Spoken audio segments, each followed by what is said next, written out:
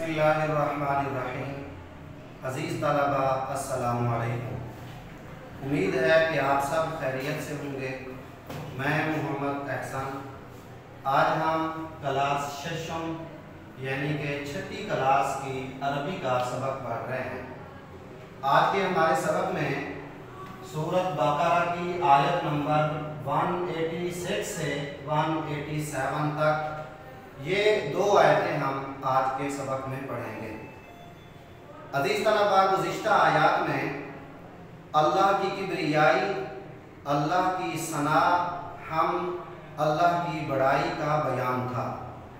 अब इस आयत में दुआ का बयान है, यानी कि दुआ से अल्लाह का कुर्ब हासिल होता है।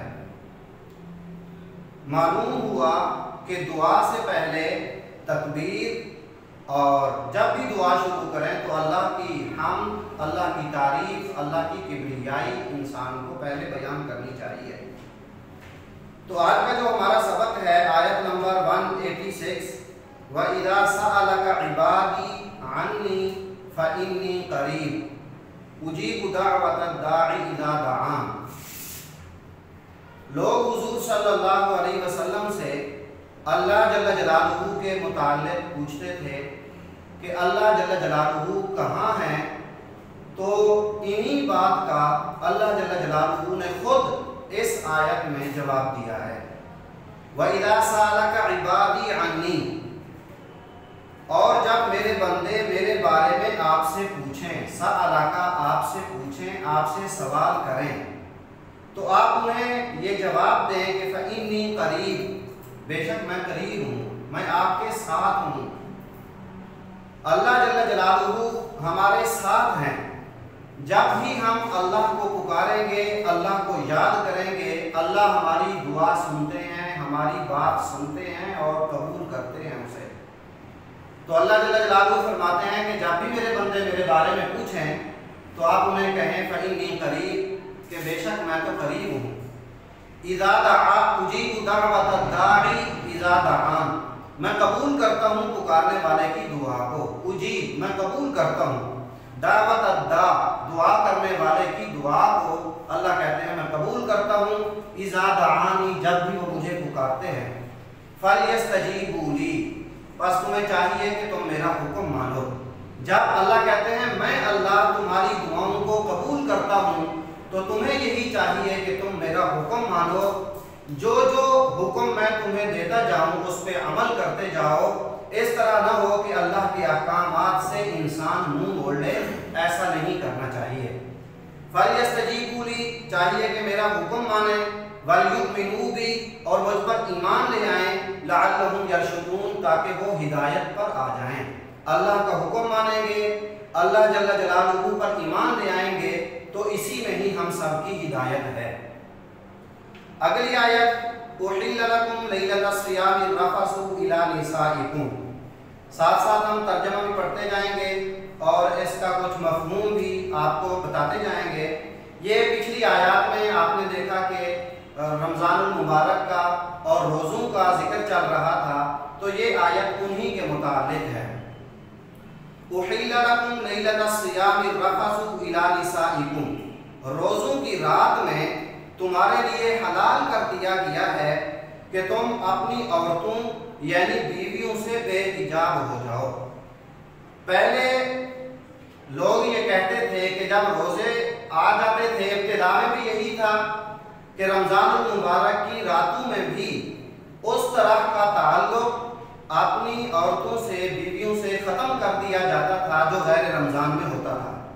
लेकिन अल्लाह जल्ल जलालुहू इस आयत में इरशाद फरमा रहे हैं कि जब रात है, रोज़ा नहीं है उस टाइम में, तो आप उनसे वो ताल्लुक़, उनसे बातें करना, बैठना, खुशी मजाक जैसा उमूमन होता है, आप उनके साथ कर सकते हैं। इसमें किसी किस्म की कोई रुकावट नहीं है।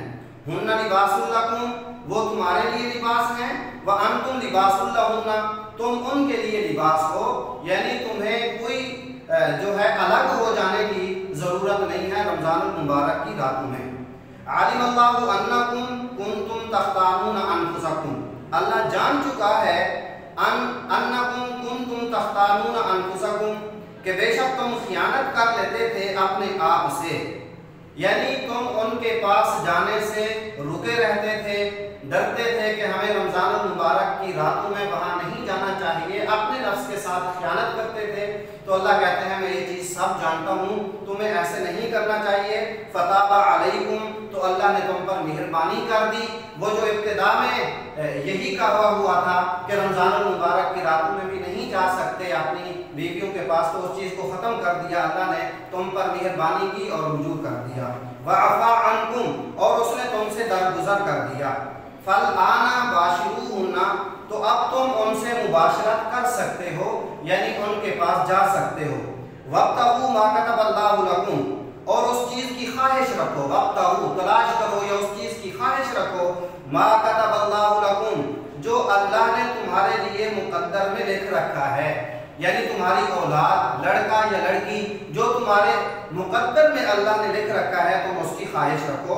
वकुलू वशरबू, और खाओ और पियो, यानी रमज़ान मुबारक की रातों में रोज़ा तो दिन को होता है, आप खा सकते हैं, आप पी सकते हैं, किसी किस्म की आपको रुकावट नहीं है।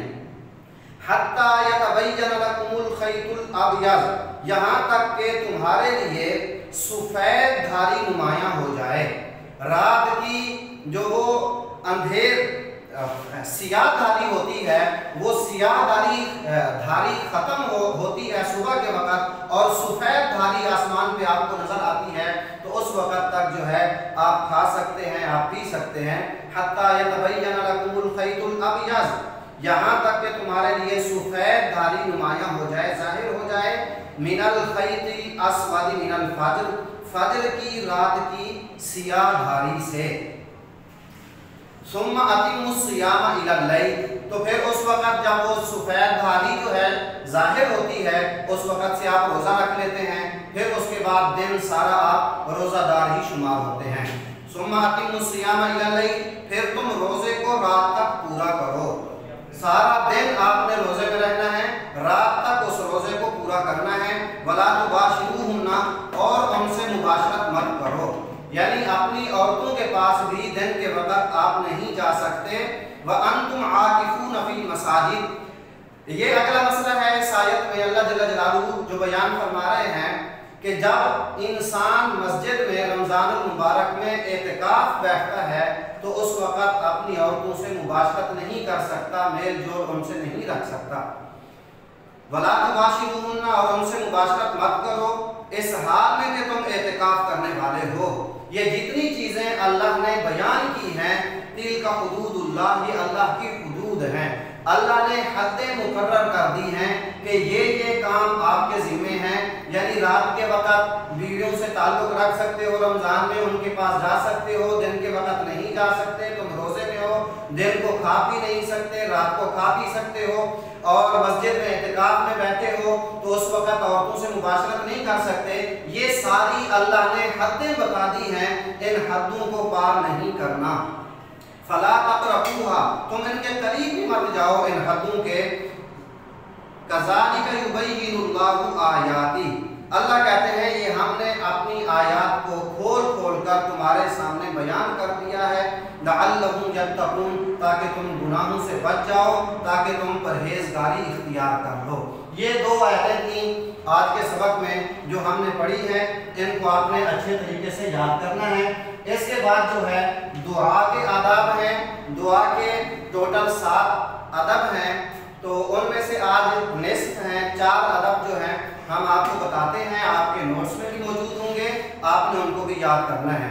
सबसे पहला नंबर दुआ के अदब का ये है कि खुदा की रहमत से हमेशा पुरुम्मीद रहते हुए दुआ करनी चाहिए।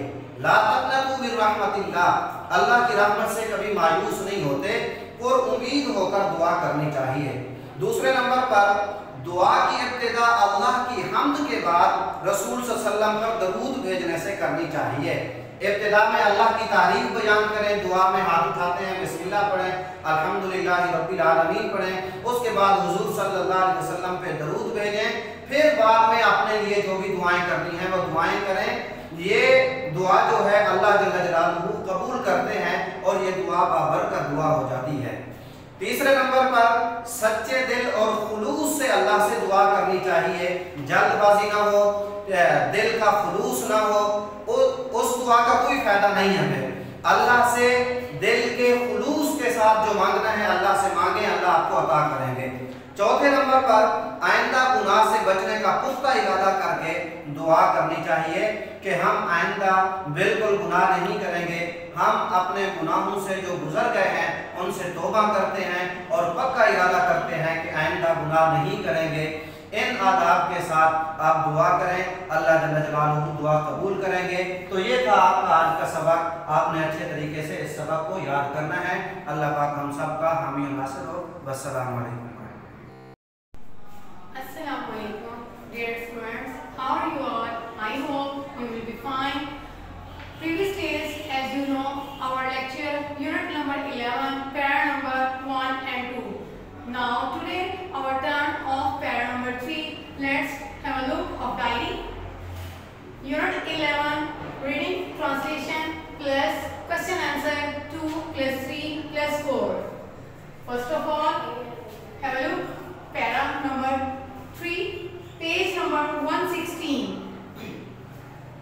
सबसे पहले आप लोगों ने क्या करना है, आपका काम है वर्ड्स मीनिंग लर्न करना। आप लोग वर्ड मीनिंग लर्न करेंगे, देन आप लोगों के लिए आसानी होगी। जब आप लोग ट्रांसलेशन लर्न करने लगेंगे तो आप लोगों को मुश्किल अल्फाज के मानी आते होंगे, आप लोग उसकी सेंटेंस मेकिंग इजीली कर लोगे। यस, आ डॉक्टर, एक डॉक्टर, गिव्स देता है, अ मैन आदमी को, अपील एक गोली, एंड ही स्वेलो इट और वो इसे निगल लेता है।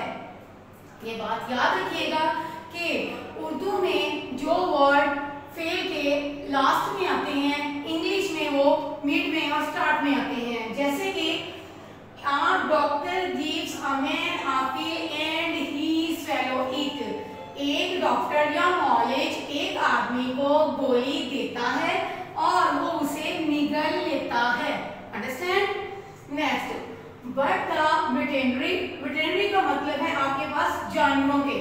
बट द वेटरनरी डॉक्टर, लेकिन जानवरों का जो डॉक्टर हैं, जो उनके नॉलेज हैं, शोज दिखाता है द एनिमल्स जानवरों को, द पिल गोली एंड पाउडर और पाउडर या सफूफ, but can not make them, लेकिन वो नहीं करवा सकता, नहीं हो सकता, स्वेलो इट, उन्हें निगलवाना।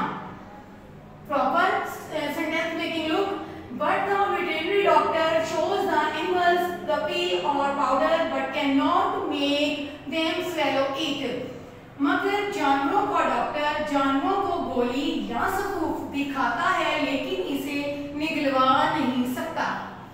नेक्स्ट लाइन, सो बस इसलिए the doctors have to use some tricks, so इसलिए बाज़ औक़ात, अक्सर औक़ात डॉक्टर इस्तेमाल करते हैं सम कुछ ट्रिक, हरबा, तरीका, to nurse the sick animals, कोई हरबा इस्तेमाल करना पड़ता है बीमार जानवरों के इलाज के लिए।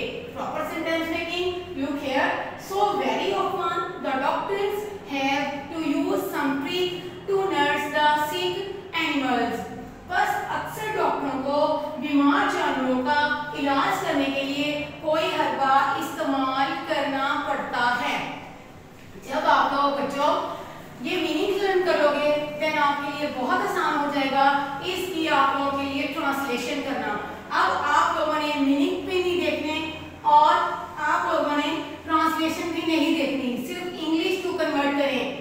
A doctor gives a man a pill and he swallow it। एक डॉक्टर आदमी को गोली देता है और वो उसे निगल लेता है। कौन? यानी कि वो आदमी बीमार। But the veterinary doctor shows the animals the pill and powder but cannot make them swallow it। लेकिन जानवरों के जो डॉक्टर हैं वो जानवरों को गोली या पाउडर दिखा तो सकते हैं लेकिन वो उसे निगलवा नहीं सकते।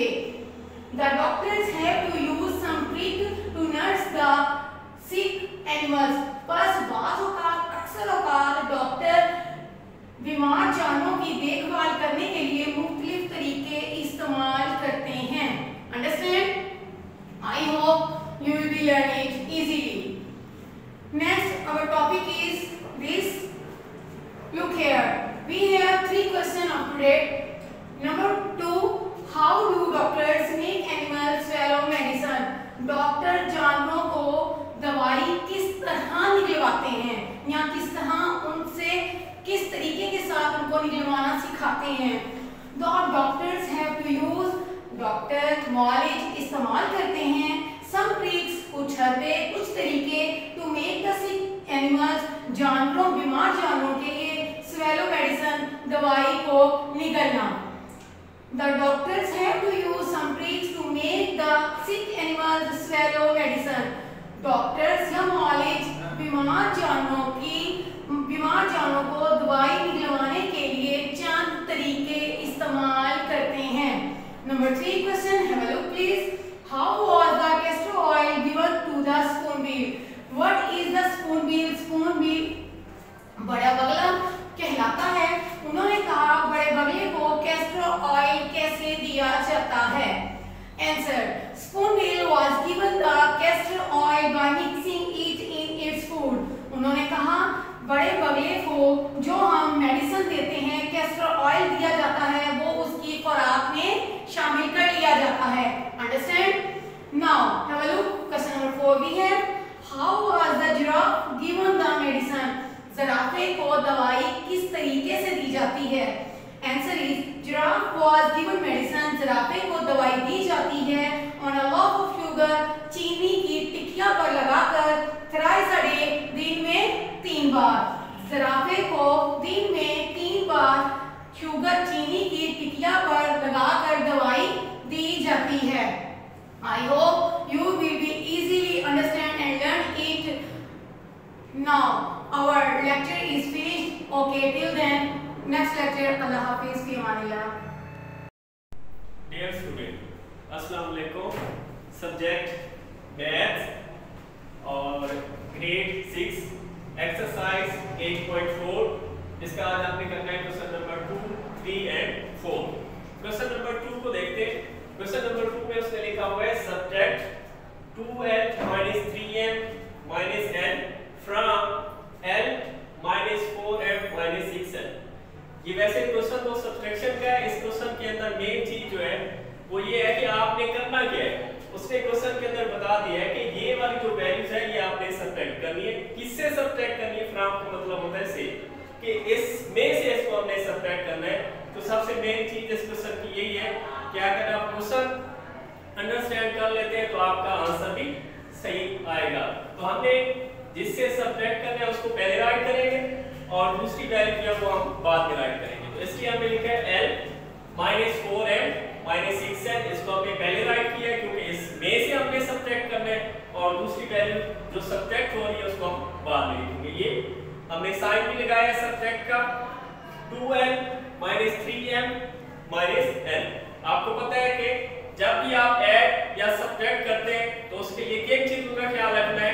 ऐड या सब्ट्रैक्ट करने के लिए आपके पास कंडीशन है, वेरिएबल सेम होंगे तो उनके आप कोएफिशिएंट ऐड या सब्ट्रैक्ट कर सकते हैं।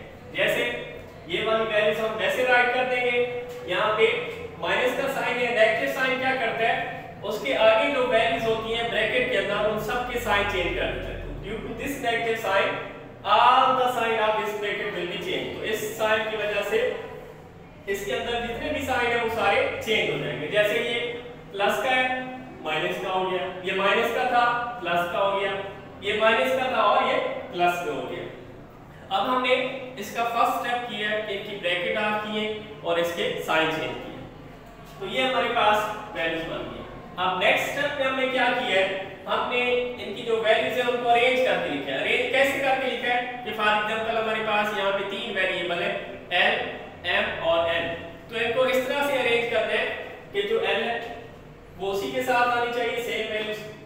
उसके बाद m है तो m वाली वैल्यू जो है वो एक दूसरे के साथ आनी चाहिए और इसी तरह नेक्स्ट जो हमारे पास n है उसकी भी दोनों वैल्यूज एक साथ होनी चाहिए। अब हम इनको करते हैं सब्ट्रैक्ट। यहाँ पे इसका कोएफिशिएंट +1 है और यहाँ पे इसका कोएफिशिएंट है -2। तो -2 + 1 आंसर क्या आएगा? -1। तो जब कोएफिशिएंट 1 होता है हम लिखा नहीं करते, तो यहाँ पे हमने लिख लिया माइनस का n। इसी तरह नेक्स्ट है हमारे पास -4m + 3m। तो यहाँ पे m का कोएफिशिएंट -4 और यहाँ पे m का कोएफिशिएंट क्या है +3। तो -4 + का 3 आंसर क्या आएगा -1। 1 हम लिखा नहीं करते कोएफिशिएंट में, तो इसलिए क्या लिख दिया माइनस का m। इसी तरह नेक्स्ट हमारे पास n है। n यहाँ पे n का कोएफिशिएंट क्या है 6 और यहाँ पे n का कोएफिशिएंट क्या है 1। तो -6 + का 1 आंसर क्या आएगा -5n। तो ये है इस क्वेश्चन का आंसर। नेक्स्ट क्वेश्चन हमारे पास है क्वेश्चन नंबर 3।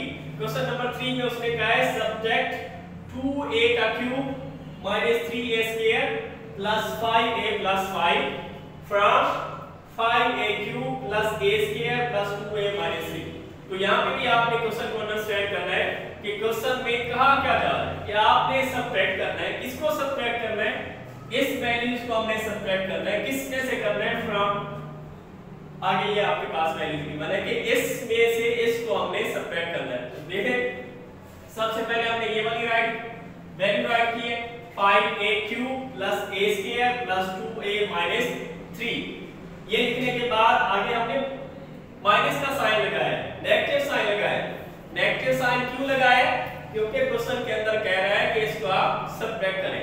अगर क्वेश्चन के अंदर कहा जाए ऐड, तो यहाँ पे हमने प्लस का साइन लगा लेते, तो इसलिए हमने माइनस का साइन इसलिए लगाया है क्योंकि क्वेश्चन के अंदर उसने कहा हुआ है सब्ट्रैक्ट। इस वाली वैल्यूज को सब्ट्रैक्ट करने इसमें से, तो इसलिए जिसको सब्ट्रैक्ट करना है वो हम बाद में राइट करेंगे। तो इसी तरह ये फर्स्ट वैल्यूज है, ये हमारे पास सेकंड, यहाँ पे हमने नेगेटिव साइन लगाया क्योंकि सब्ट्रैक्ट हो रही है।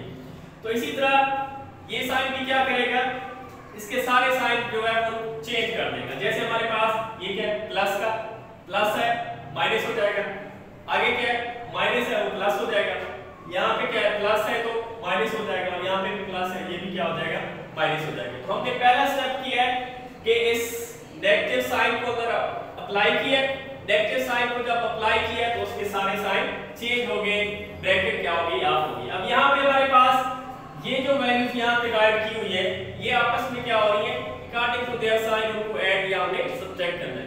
तो यहाँ पे भी हमें इस बात का ख्याल रखना है। ये देखिए यहाँ पे हमारे पास a² है, a का क्यूब है, यहाँ पे a² है, यहाँ पे a है, यहाँ पे हमारे पास कांस्टेंट नंबर है। तो हमें कैसे पता चलेगा कि कौन सी वैल्यूज किसमें ऐड होगी किसमें माइनस होगी? तो उसके लिए वही बात, सबसे पहले आप क्या कर लें इसको अरेंज कर लें। जैसे यहाँ पे a3 और यहाँ पे क्या है a3, इन दोनों वैल्यूज को हम एक साथ राइट करते हैं, इसको कहते हैं रीअरेंज, कि हम वैल्यूज को सबसे पहले अरेंज कर लें ताकि हमें ऐड और सब्ट्रैक्ट करने में आसानी हो। इसी तरह ये हमारे पास a² है, इसके साथ की वैल्यूज देखें, ये देखें 3a², तो इसके साथ ये वाली वैल्यूज राइट करेंगे। उसके बाद में हमारे पास a, इस तरह की वैल्यूज कोई और पड़ी है, हाँ जी ये वाली, तो इसलिए a के साथ a वाली वैल्यूज राइट करेंगे। अब हमारे पास नंबर बच रहे कांस्टेंट, -3 कांस्टेंट है, इस तरह की कोई और वैल्यूज पड़ी है जिसके साथ कोई वेरिएबल ना हो, हाँ जी -5, तो उसको राइट करेंगे, ये हमारे पास हो गया -5। अब ये सारी वैल्यूज अरेंज हो गई हैं, इनको हमने ऐड करना है। ऐड करने के लिए उसकी जो कंडीशन है वो अप्लाई करेंगे कि जब भी आपने ऐड या सब्ट्रैक्ट करना है किसी भी वैल्यूज को, तो उसके लिए हमेशा कोएफिशिएंट को आप ऐड या सब्ट्रैक्ट करते हैं जो उनके सेम वेरिएबल और उनकी पावर भी सेम होनी चाहिए, तब जाके आपने उनके कोएफिशिएंट को ऐड या सब्ट्रैक्ट करना होता है। जैसे हमारे पास देखें 5a³ - 2a³, यहाँ पे कोएफिशिएंट क्या है 5 और यहाँ पे कोएफिशिएंट क्या है -2, तो 5 - 2 आंसर क्या आएगा 3।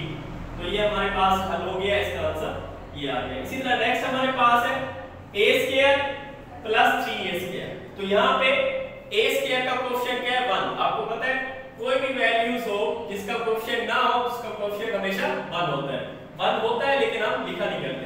तो इसका कोएफिशिएंट 3 और इसका कोएफिशिएंट क्या है 1, 3 + 1 4, तो इसलिए हमने लिखा 4a²।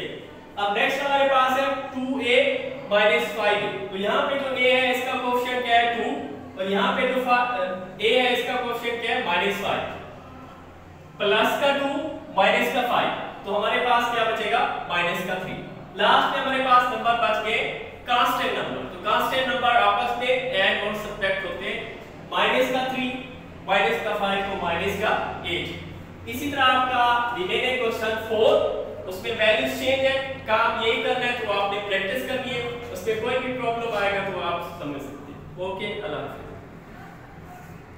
चलिए, Assalamu alaikum, dear student. How are you all? I am your teacher for history and geography. Today we are going to geography, बाब नंबर 8, इंसानी बस्तियाँ। और हमारा आज का सवाल है मुख्तसर सवाल नंबर 4, बाब नंबर 8, मक्का शहर पर मुख्तसर नोट तहरीर करें। और यही क्वेश्चन आप लोगों का आज होमवर्क भी जाएगा। मक्का शहर, मक्का का पुराना नाम मक्का मुकर्रमा है। ये सऊदी अरब के मगरिब में वाक़ है। ये जद्दा से थोड़े से फासले पर वाक़ है। ये इस शहर में खाना काबा है, इसलिए ये इस्लामी दुनिया का मरकज़ है।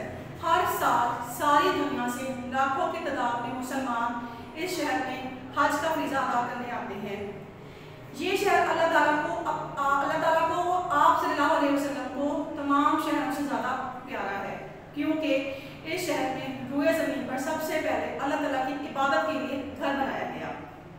अल्लाह ताला ने इस शहर को शुरू से ही हरम करार दे दिया है और अज़मत वाला शहर करार दिया है। इसमें काबा है, इसकी वजह से इसकी तकद्दुस का बहुत ज़्यादा इसकी तकद्दुस बहुत ज़्यादा है। इस घर की वजह से इसको हरम का दर्जा करार दिया गया है। इसकी हर चीज़ में अमन है, इसकी हर चीज़ में अमन है, यहाँ तक कि दरख्तों और पत्तों को और दूसरी खुर्द नबातात को नहीं काटा जा सकता। यहाँ तक कि इस शहर में मौजूद जानवरों को भी डरा धमका कर भगाया नहीं जा सकता, क्योंकि इस शहर में रहने वाली हर चीज़ ही तकद्दुस में आती है।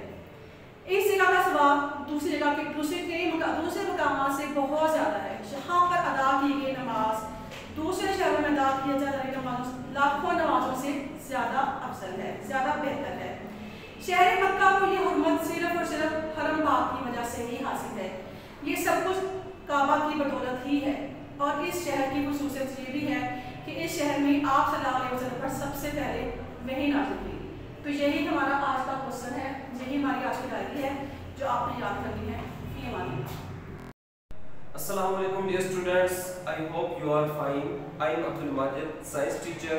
We are studying science of 6th class. Previously हमने यूनिट कंप्लीट किया था। अब जो है आज हम न्यू चैप्टर शुरू करने जा रहे हैं, जिसका नाम है इन्वेस्टिगेटिंग साउंड। साउंड के बारे में तहकीकात करना। साउंड के बारे में तहकीकात से मुराद ये है कि हम साउंड की प्रोडक्शन, प्रोपेगेशन एंड ट्रैवलिंग, ये कंप्लीट जो है इसके तमाम प्रोसेस को डिस्कस करेंगे। हमारे पास जो डायरी में रीडिंग है पेज 112 से लेकर 114 तक, ये आपने रीडिंग करनी है अच्छे अंदाज के साथ, अच्छे तरीके के साथ इसको समझना है। कोई बात समझ ना लगे अपने हेल्पिंग टीचर से रब्ता करें या वालिदैन से। उसके बाद आपने जो याद करना है वो हमारे पास question number 1, 2 and 4, short question number 1, 2 and 4 है। ये क्वेश्चन नंबर 4 के पार्ट्स हैं 1, 2 एंड 4। इसको आपने लर्न करना है। रीडिंग की तरफ चलते हैं कि साउंड क्या चीज है। बेटा आपको पता होगा वेव्स के बारे में। वेव्स दो तरह की वेव्स होती हैं, ट्रांसवर्स वेव्स होती हैं, लॉन्गिट्यूडनल वेव्स होती हैं। जो साउंड है वो हमारे पास लॉन्गिट्यूडनल वेव्स होती हैं और इससे किस तरह प्रोड्यूस होती हैं। आपने देखा होगा मुख्तलिफ साउंड को अपने माशरे के अंदर सुनते हैं। जब आप सुबह से उठने से लेकर रात सोने तक मुख्तलिफ आवाज़ों को आप सुनते हैं। इसमें चिड़िया के बोलने की आवाज़, मुख्तलिफ परिंदों की आवाज़, उसके अलावा ट्रैफिक की आवाज़, अपने वालिदैन की आवाज़, इसके अलावा जो है आप बाहर निकलते हैं और बहुत सारे साउंड्स जो हैं वो सुनते हैं। आपने ऑब्जर्व किया होगा ये तमाम साउंड डिफरेंट क्वालिटीज़ के होते हैं, डिफरेंट जो है कैटेगरीज के होते हैं। ये डिफरेंट साउंड्स आपको कुछ आपने ऑब्जर्व किया होगा, कुछ साउंड बहुत लाउड होते हैं, जिस तरह ट्रैफिक की आवाज़ है या हॉर्न बजाने की आवाज़, वो साउंड होता है। कुछ आवाज़ सॉफ्ट होती हैं, जैसे आपस में गुफ्तगू करना, विस्परिंग करना, वो सॉफ्ट साउंड होती हैं। तो ये कुछ डिफरेंट कैटेगरीज हैं। इस तरह कुछ आवाज़ें आपको खुशगवार लगती हैं, ठीक है, इस तरह म्यूजिक की आवाज़ है खुशगवार लगती है, या गुनगुनाने की आवाज़ खुशगवार लगती है, कुछ परिंदों की आवाज़ खुशगवार लगती है, कुछ आपको आवाज़ें अनप्लीजेंट महसूस होती हैं, वो जैसे गधे की आवाज़ है या ट्रैफिक की आवाज़ है या हॉर्न की आवाज़ है, ये आपको अनप्लीजेंट महसूस होती हैं, ये बेहंगम होती हैं, इनकी कोई तरतीब नहीं होती। अब जो प्लीजेंट होती हैं आवाज़ें, वो कैसे होती हैं, उनकी एक तरतीब होती है, एक सीक्वेंस होता है जो हमें एक हमारे जो दिमाग है वो उसको अटेम्प्ट करता है और उसको महसूस करता है। नेक्स्ट हमारे पास टॉपिक है रीडिंग में, हाउ डज साउंड प्रोड्यूस। जी बहुत इंपॉर्टेंट है। कभी आपने सोचा कि साउंड प्रोड्यूस कैसे होता है, याद रखें इसके लिए वन वर्ड इस्तेमाल होता है, वाइब्रेशन। जब आप कोई चीज को हम वाइब्रेट करते हैं, जिस तरह यहाँ पर मौजूद डाइस है, मैंने इसको क्या किया है, डिस्टर्ब किया है, तो इसकी अंदर जो इसका पर्दा है वो वाइब्रेट हुआ है, जिससे क्या प्रोड्यूस हुई है, साउंड। इंसान के गले के अंदर वोकल कॉर्ड्स होते हैं, जिसके अंदर पर्दे लगे होते हैं। जब हम आवाज से आवाज को प्रोड्यूस करते हैं तो वो वोकल कॉर्ड्स क्या करते हैं, वाइब्रेट करते हैं। आपने ढोल की आवाज सुनी होगी, ढोल के ऊपर जब लगाई जाती है, ढोल का जो पर्दा है वो क्या करता है, वाइब्रेट करता है, जिसकी वजह से साउंड प्रोड्यूस होता है। तो वन वर्ड वाइब्रेशन, जहां भी वाइब्रेशन होगी वहां पे साउंड प्रोड्यूस होता है। और वाइब्रेशन की भी कंडीशन होती हैं, वाइब्रेशन की जो है स्पीड कितनी है, वो स्लो है या हाई है, या उसकी जो है वो एम्पलीट्यूड कितना है, मतलब कितना बड़ा है एम्पलीट्यूड बना रहा है। नेक्स्ट हमारे पास जो टॉपिक है, आपने इस टॉपिक को हाउ डज साउंड प्रोड्यूस अच्छी तरह रीड आउट करना है। नेक्स्ट टॉपिक है sound as form of energy. Sound एक एनर्जी है। आप जानते हैं जब हम कोई ढोल की आवाज आप सुनते हैं, ढोल की आवाज जो है वो दूर से आती है, तो उस वक्त ढोल बजाने वाला जब ढोल पे ज़रब लगाता है तो वो जो पर्दा होता है वो वाइब्रेट करता है, वहां से हवा वाइब्रेट होती होती हमारे कानों के पर्दे तक पहुंचती है और हमारे कान के पर्दे को भी वाइब्रेट करवाती है। अब वाइब्रेशन एक मोशन है, मोशन फोर्स लगाने से प्रोड्यूस होती है। वो फोर्स जो उस आदमी ने लगाई थी ढोल बजाने के लिए, वही जो है एनर्जी चेंज होती हुई ट्रैवल करती हुई हमारे कानों तक पहुंची है और हमारे कानों के पर्दे को भी उसने वाइब्रेट करवाया है, मूव करवाया है, वो एनर्जी हमारे कानों तक ट्रांसफर हो जाती है। तो इस तरह जो है साउंड एक जगह से दूसरी जगह क्या करता है, ट्रैवल करता है as a form of energy. एक वर्ड है मीडियम, जो बार बार इस चैप्टर में हम डिस्कस करेंगे। मैंने सोचा चलो शुरू में ही आपको ये मीडियम के बारे में बता दें। जब साउंड ट्रैवल करता है उसके लिए एक खास मीडियम की जरूरत होती है। दोबारा सेंटेंस बोल रहा हूं, जब कोई साउंड ट्रैवल करता है उसके लिए एक खास मीडियम की जरूरत होती है। इस जुमले के अंदर जो मीडियम का क्या चीज है, मीडियम क्या है, इसके आपको खुद समझ आ गई होगी। जिस चीज के अंदर से साउंड ट्रैवल करता है उसे हम मीडियम कहते हैं। जैसे हवा है, एयर है, इसके अंदर आवाज पे ट्रैवलिंग जो है वो आसानी हो जाती है, इसके अंदर से जो है आवाज ट्रैवल करती है, तो ये एक मीडियम है। जिस तरह लोहा है, लोहे का रॉड है, हम उसके ऊपर बजर लगाते हैं, लोहे के एक रॉड से दूसरे सिरे एक सिरे से दूसरे सिरे तक आवाज ट्रैवल करती है, तो वो जो लोहे का रॉड है वो भी एक मीडियम है। इसी तरह जिस चीज के अंदर से, जिस तरह दीवार है, दीवार की एक तरफ से जरब लगाए दूसरी तरफ आवाज सुनाई देती है, तो वो भी एक मीडियम है। इस साउंड के ट्रैवलिंग के लिए ये चीज कंपल्सरी है। अगर मीडियम नहीं है तो साउंड ट्रैवल नहीं कर सकता। इसकी एग्जांपल है स्पेस। स्पेस के अंदर से साउंड ट्रैवल नहीं करता। अगर कहीं पे कुछ भी नहीं है, एयर भी नहीं है, तो वहां से साउंड ट्रैवल नहीं कर सकता। खला के अंदर से, जिसे हम खला कहते हैं, खला के अंदर से आवाजें ट्रैवल करके हमारे जमीन तक नहीं पहुंचती। नेक्स्ट चलते हैं हम अपने शॉर्ट क्वेश्चन की तरफ।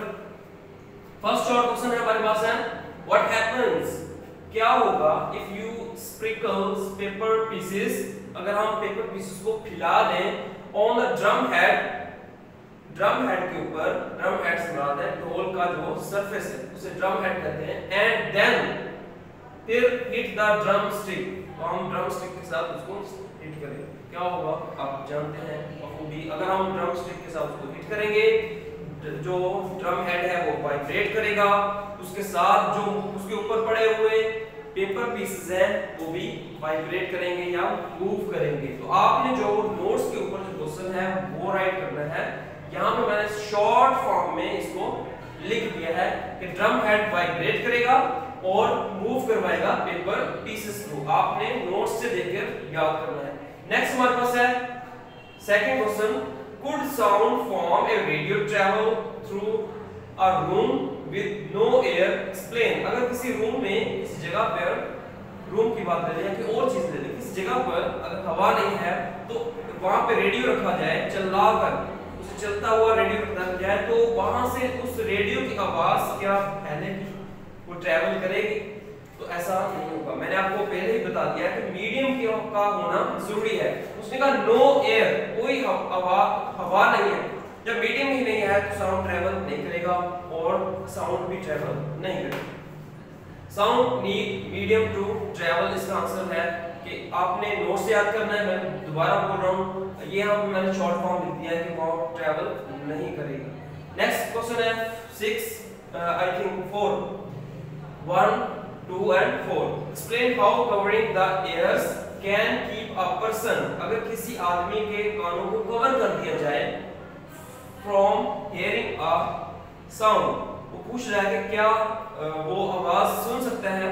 तो आप जानते हैं अपने कानों पे हाथ रखें, अच्छी तरह से दबाएं, फिर आसपास की आवाजों को सुनने की कोशिश करें। तो क्या आप वो आवाजें सुन सकते हैं? आई थिंक बहुत ही कम, जो ज्यादा लोड वाली आवाजें होंगी वही सुन सकेंगे, वो भी बहुत कम, लेकिन कम साउंड वाली, कम लोड वाली आवाजें आप सुन नहीं सकेंगे। तो वाइब्रेशन ये होगी, पहली बात है कानों के पत्तों की वाइब्रेशन होगी। Vibration of sound do not inter his ears, उसके कानों में आवाज की जो वाइब्रेशन है वो नहीं जाएगी, so he doesn't hear the sound, तो वो साउंड को सुन नहीं सकेगा। ये आज की डायरी थी। आई होप आप इसको लर्न करेंगे, प्रैक्टिस करेंगे।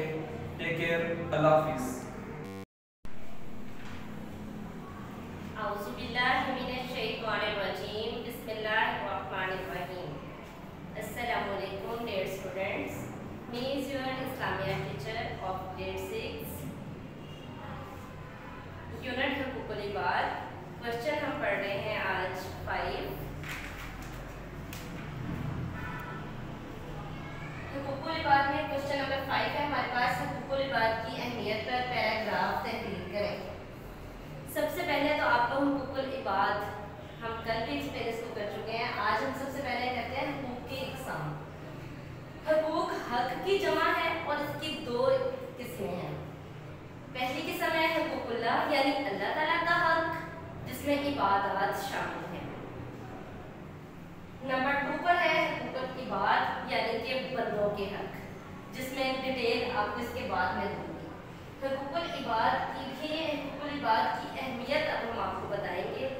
रोज़मर्रा ज़िंदगी में हमारा सबसे करीबी ताल्लुक वालिदैन, बीवी बच्चों, बहन भाइयों, पड़ोसियों, असातिज़ा और दोस्तों से होता है। ये सब लोग हमारे अच्छे रवैये के हकदार हैं। सब लोगों से अच्छे सलूक और हमदर्दी के रवैये की बेहद अहमियत है और अल्लाह ताला ने इन सब के हुकूक मुकर्रर किया, जिन्हें हुकूकुल इबाद यानी बंदों के हुकूक कहा जाता है। इन हुकूक की अदायगी हम सब पर फर्ज है। इसके बारे में अल्लाह ताला क़यामत के दिन बंदे से सवाल करेंगे कि उसने हुकूक में कोताही की तो क्यों की। और एक सबसे खतरनाक जो बात है वो ये कि अल्लाह ताला चाहेगा तो हुकूकुल्लाह अपना हक माफ़ कर देगा, लेकिन हुकूकुल इबाद तब तक माफ़ नहीं होंगे जब तक कि वो बंदा खुद माफ़ ना करे। एक दूसरे के हुकूक बजा तौर पर अदा करने से ही अच्छा माशरा बनता है। अब है हमारे पास हुकूकुल इबाद की इकसाम। हुकूकुल इबाद की बहुत सी इकसाम है। इसमें सबसे पहले है वालिदैन के हुकूक, क्योंकि इंसान पर सबसे बड़ा हक उसके वालिदैन का है। वालिदैन के हुकूक में भी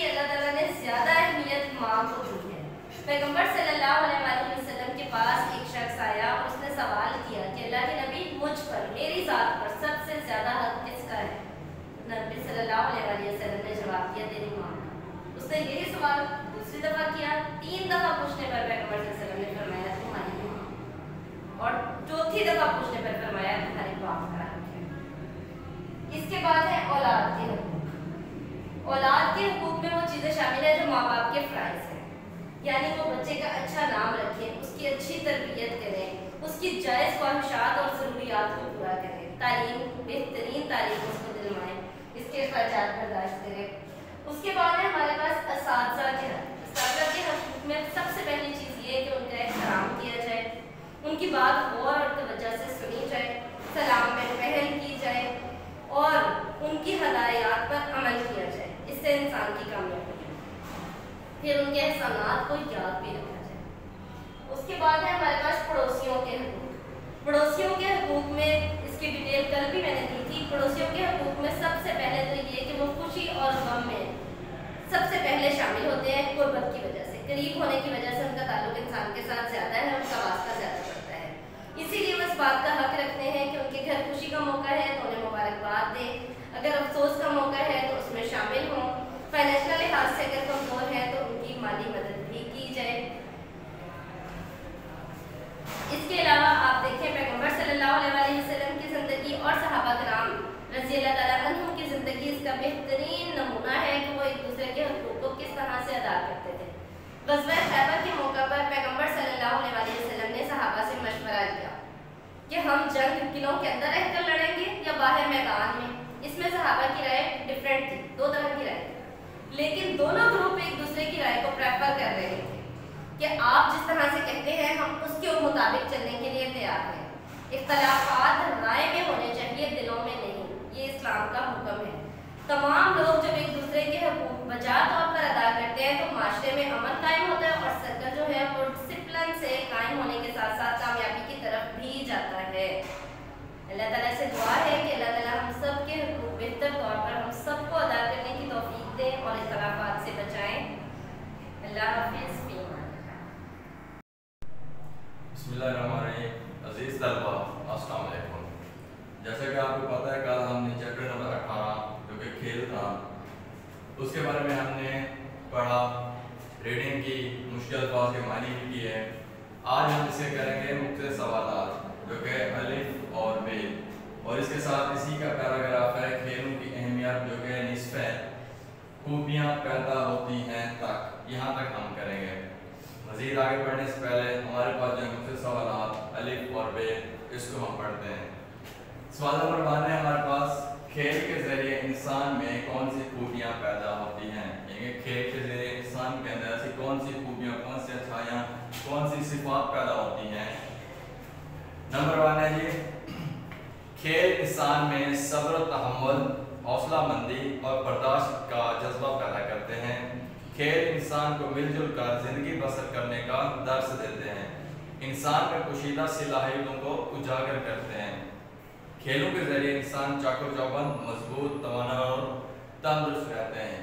यह था हमारे पास क्वेश्चन नंबर 1, खेल के जरिए इंसान में कौन सी खूबियाँ पाती हैं। अब है हमारे पास क्वेश्चन नंबर 2, कोई से 5 देहाती खेलों के नाम लिखे।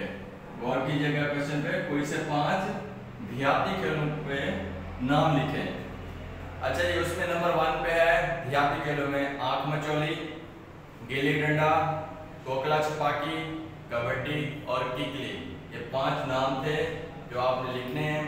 इसके अलावा हमारे पास एक और पैराग्राफ यहाँ पे आपको नजर आ रहा होगा, खेलों की अहमियत निस्फ। ये हम लिख रहे हैं खूबियाँ पैदा होती हैं तक। मैं मजीद इसको रीड करता हूँ, फिर आपको पता चल जाएगा कहाँ तक इसको करना है। सफर नंबर है जी 13, वहां पे पैराग्राफ दिया गया है तो हम इसको पढ़ते हैं। खेल इंसानी जिंदगी में बुनियादी हैसियत रखते हैं। जिस्मानी सेहत का इन्हिसार यानी कि दारोमदार जिस्मानी काम काज, वर्जिश और खेल कूद पर है। इंसानी जिस्म की नशोनुमा बेहतरीन होती है। खेल कूद की बदौलत इंसान वजूद मजबूत और चाको-चौबंद रहता है। सुस्ती और काहली का खात्मा होता है। खेल के जरिए इंसान में नज़्म ज़ब्त की खूबियाँ पैदा होती हैं। ये देखें, खूबियाँ पैदा होती हैं। यहाँ तक आपका ये पैराग्राफ निस्फ है।